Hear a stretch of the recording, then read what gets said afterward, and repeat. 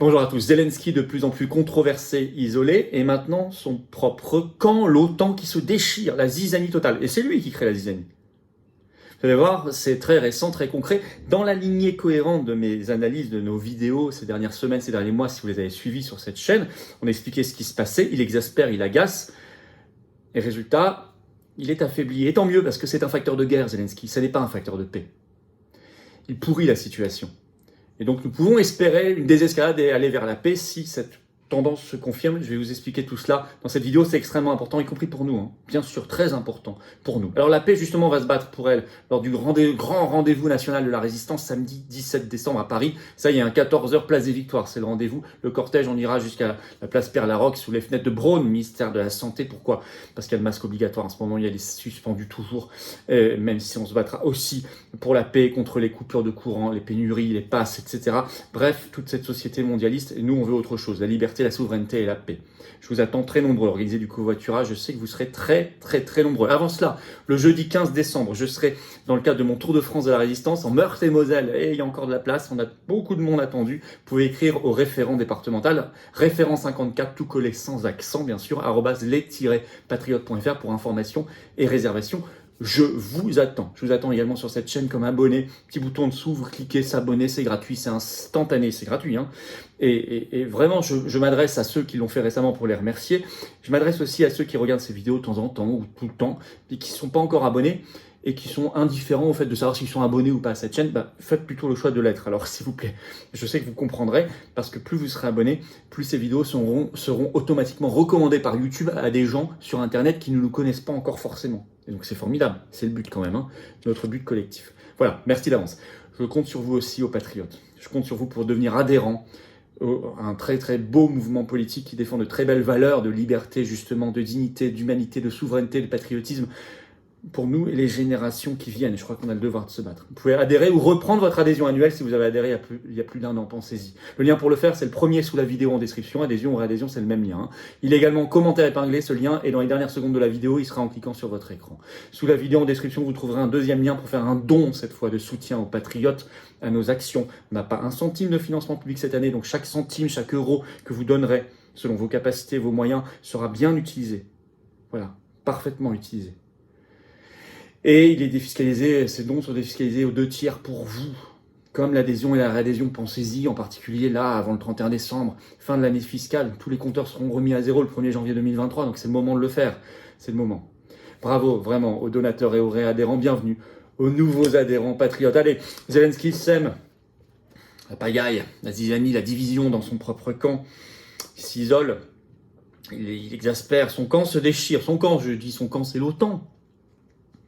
Et la France pourrait jouer un beau rôle là-dedans, très beau rôle.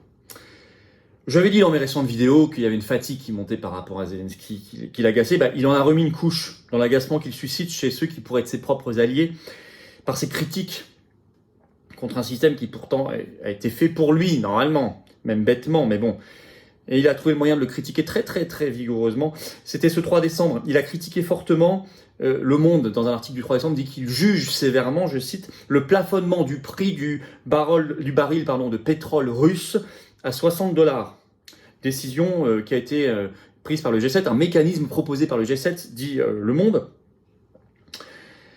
Alors, selon les services de la présidence ukrainienne, nous dit-on, Zelensky a déclaré, je cite, « Ce n'est pas une décision sérieuse de fixer une telle limite pour les prix russes, ce qui est tout à fait confortable pour le budget de l'État terroriste. » Entendre la Russie. Zelensky, lui, il exige $30, non pas 60, ce qui serait une folie. Ce serait la garantie, la certitude qu'il n'y aurait plus une goutte de pétrole russe qui serait livrée, donc une catastrophe totale supplémentaire encore pour nos économies, sans que ça n'apporte rien à la paix. Donc ce serait complètement idiot, mais c'est ce qu'il exige. Là, il fatigue. Il a agacé, exaspéré une nouvelle fois bon nombre de ses alliés, entre guillemets. Et puis s'ajoutent des vives déchirures au sein de l'OTAN. Ça, on le sait par un grand dossier fait par le site Euractiv, publié ce 4 décembre. C'est en ligne, bien sûr. Alors, Euractiv, c'est un site européiste, donc c'est pas du tout, si vous voulez, on peut pas l'accuser de propagande poutinienne. Bon, vous connaissez ce site. C'est un site sérieux, par contre, c'est vrai. Il prend des sources et il les donne. Il n'y a pas de choses inventées. Et je cite le titre. L'idée d'Emmanuel Macron de fournir des garanties de sécurité à la Russie est vivement critiquée. Effectivement, Macron a surpris Il dit les choses que nous on dit ici depuis des mois. Bah, c'est bien qu'il finisse par le dire, c'est pas la chose la plus bête qu'il ait dite, bah, tant mieux. C'était en interview sur TF1 ce 3 décembre, pour une fois, même s'il faut toujours se méfier. Je vais vous dire ce qu'il a dit. Et le fait qu'il dise ça, quand même, prouve que lui-même est assez exaspéré par Zelensky. Je vous cite Macron. C'est-à-dire qu'un des points essentiels que nous devons aborder, comme le président Poutine l'a d'ailleurs toujours dit, c'est la peur que l'OTAN vienne jusqu'à ses portes. C'est le déploiement d'armes qui peuvent menacer la Russie, a ajouté M. Macron. Il ajoute « Ce sujet fera partie des facteurs pour la paix. Et donc il faut aussi le préparer. Qu'est-ce qu'on est prêt à faire? Comment nous protégeons nos alliés et les États membres tout en donnant des garanties pour sa propre sécurité à la Russie le jour où elle reviendra à la table de négociation ?» a-t-il ajouté. Bah écoutez, on va s'en réjouir pour une fois qu'il dit quelque chose de pas trop bête. Et c'est d'ailleurs dans cette même foulée, et ça prouve aussi l'exaspération qui monte vis-à-vis de Zelensky, que le président américain Biden, le 1er décembre, a déclaré, je cite, « Je suis prêt à parler avec M. Poutine s'il a l'intention de décider qu'il cherche un moyen de mettre fin à la guerre. » Bon, ça bouge. Faut se méfier, mais ça bouge. Et dans le même registre, le 1er décembre, toujours, le chancelier allemand Olaf Scholz, lui, a déclaré que l'Europe pourrait, je cite, « revenir à l'ordre de paix d'avant-guerre avec la Russie. » Bon, en tout cas, tout ça, il signe quand même que Zelensky, pour beaucoup, ras-le-bol. Alors, tout ça, évidemment, a entraîné une vive réplique verbale de l'Ukraine qui est furieuse contre ses alliés. Ainsi, Oleksiy Danilov, secrétaire du Conseil national de sécurité et de défense ukrainien, a tweeté ce 4 décembre, je cite, « Au lieu de Nuremberg, signer un accord avec la Russie et se serrer la main ?» Il est indigné. Il ne veut pas la négociation. Il ne veut pas la paix. Toute la clique zelenskiste ne veut pas la paix. Et un conseiller au cabinet de Zelensky, Mikhailo Podolyak, a déclaré ce 4 décembre, lui, qu'il fallait, oui, des garanties de sécurité, mais contre la Russie. Contre, je cite, les intentions barbares de la Russie post-Poutine. Et selon toujours cet article de Reactive, je cite, les commentaires de M. Macron suscitent de plus en plus de doutes chez les Européens de l'Est quant aux intentions de la France. Ça se déchire, y compris au sein de l'Union européenne. Ainsi, vous avez un tweet du ministre des Affaires étrangères lituanien, qui est dans l'OTAN et dans l'Union européenne, qui parle, concernant ce que propose Macron, de, je cite, tactique toxique. Pareil, il y a des critiques fortes en Lettonie. En Suède, vous avez le ministre des Affaires étrangères suédois qui a rappelé ceci, je cite, en réponse à Macron, « Nécessité de vaincre la Russie sur le champ de bataille. » Donc, pas de négociation. Pareil, l'ex-premier ministre finlandais, lui, selon Euractiv, je cite, a déclaré qu'il était fondamentalement en désaccord avec Emmanuel Macron. Et la presse ukrainienne se déchaîne contre Macron depuis ce temps-là, depuis qu'il a déclaré ça sur TF1 le 3 décembre. Ainsi, vous avez par exemple le média Ukraine Frontline le 3 décembre qui a, je cite, comparé Emmanuel Macron, alors je cite, à une prostituée française incorrigible et a parlé d'infamie, point d'exclamation. Sympa, les alliés, entre guillemets. Ça se déchire, zizanie partout.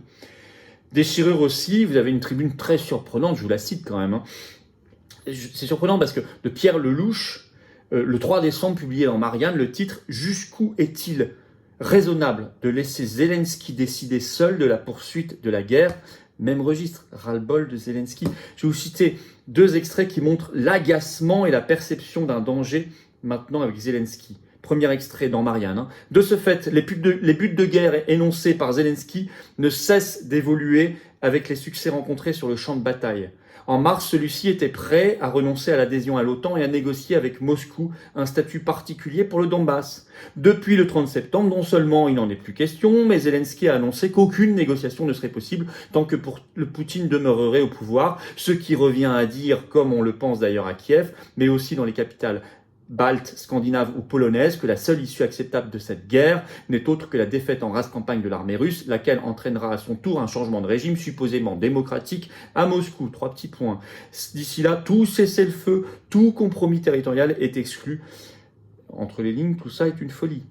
Et puis, il ajoute, je cite, « Si les Occidentaux campent toujours sur la ligne de la morale, seuls les Ukrainiens décideront du moment et des conditions de la fin de cette guerre. Certaines voix commencent à s'élever quant à la sagesse d'une telle posture. Lorsque Zelensky, emporté par son élan, persiste à accuser la Russie d'avoir attaqué la Pologne, alors que le missile en question était ukrainien, lorsque les risques d'escalade, sans parler des conséquences économiques et sociales de la poursuite indéfinie du conflit, commencent à se faire douloureusement sentir dans toute l'Europe et au-delà, jusqu'où est-il raisonnable de laisser Zelensky décider seul de la poursuite de cette guerre ?» Ça, ce sont des propos sages, mais très surprenants de la part de Pierre Lelouch, qui est plutôt normalement un otaniste assez convaincu. Ça ne veut pas dire que, attention, je l'ai déjà expliqué, que l'OTAN a renoncé à entretenir un climat de tension et de guerre avec la Russie. Ça veut dire surtout que l'OTAN maîtrise de moins en moins sa marionnette Zelensky et que sa marionnette lui fait un peu peur, parce qu'il va peut-être un peu trop loin. Et il révèle peut-être un peu trop fortement la stratégie de tension de l'OTAN. C'est pas très subtil. Et voire, il est dangereux. C'est ça le problème. De toute façon, Zelensky, pantin dangereux, oui. C'est ce que pense de plus en plus le capital, y compris parmi ses alliés, et donc isolé. Et tant mieux, parce que c'est un facteur de guerre, cet homme. Mais l'OTAN elle-même est de plus en plus divisée, à mesure que Zelensky est de plus en plus controversé. Alors vous voyez que la France pourrait jouer un rôle très beau d'équilibre, de désescalade et de paix, si elle n'était pas embarquée, ce qui est très problématique pour elle et pour nous, via ces alliances de l'OTAN et de l'Union européenne, avec des pays aussi hystériques que la Pologne, les pays baltes, l'Europe de l'Est, mais aussi maintenant de plus en plus la Suède et la Finlande, qui eux, ces pays-là ne veulent pas la paix, ils veulent la guerre, ils veulent l'escalade. D'où vraiment la nécessité pour la France d'être libre. Elle pourrait jouer un rôle de paix si elle n'était pas embarquée dans l'Union européenne et dans l'OTAN, si elle en sortait. Cette sortie est aussi synonyme de paix, et d'équilibre, et d'harmonie. Voilà tout ce que nous devons savoir. N'hésitez pas à diffuser ces informations parce que c'est pas beaucoup genre sur les grandes chaînes de télé et de radio, tout ce que je vous dis là, même pas du tout, mais c'est pourtant très très important. C'est un facteur de paix. Faites circuler les vidéos, abonnez-vous pour cela à cette chaîne YouTube. Petit bouton s'abonner en dessous, cliquez dessus. C'est instantané, c'est gratuit. Vous avez compris l'intérêt d'être abonné pour faire circuler mieux les vidéos grâce aux algorithmes de YouTube. Grand merci à ceux qui vont le faire, bien évidemment. Et je vous attends aux Patriotes. Vous pouvez adhérer ou réadhérer aux Patriotes. Si vous avez adhéré il y a plus d'1 an, pensez à réadhérer. Surtout avant la fin de l'année, là, c'est le moment de le faire. C'est le lien sous la vidéo en description. C'est le premier lien, adhérer ou réadhérer. C'est également en commentaire épinglé. Vous trouverez ce lien. Et dans quelques secondes, en cliquant sur votre écran, vous le trouverez aussi. C'est facile. Et vous nous rejoignez dans le combat. Et vous êtes tout de suite les bienvenus. Et on se bat pour la France et l'humanité, pour nous, nos enfants, nos petits-enfants. C'est un combat merveilleux. Je vous attends. Vous trouverez votre place et vous serez mis en relation comme adhérent avec des gens qui pensent comme vous près de chez vous, que ce soit en métropole, outre-mer ou à l'étranger. Que demander de plus? Le lien pour faire un don de soutien en Patriote nous permettant de financer nos actions, c'est le deuxième lien sous la vidéo en description. Le don est défiscalisé aux 2/3 de vos impôts, comme l'adhésion et la réadhésion. Si vous mettez plus de 500 €, on ajoute, nous, des avantages, un service dédié, c'est expliqué sur le site. Mais dans tous les cas, quelle que soit votre capacité, vos montants, c'est utile, c'est bien utilisé. On n'a pas un centime de financement public, donc on n'a que ça. Or, on fait beaucoup de choses qui coûtent cher. Et c'est défiscalisé aux 2/3 de vos impôts. Donc bravo aux donateurs et aux réadhérents. Faites-le avant la défiscalisation du 31 décembre, c'est le moment de le faire. Après, les compteurs sont remis à zéro. Et grand bienvenue aux nouveaux adhérents, patriotes, résistants, et vive la France.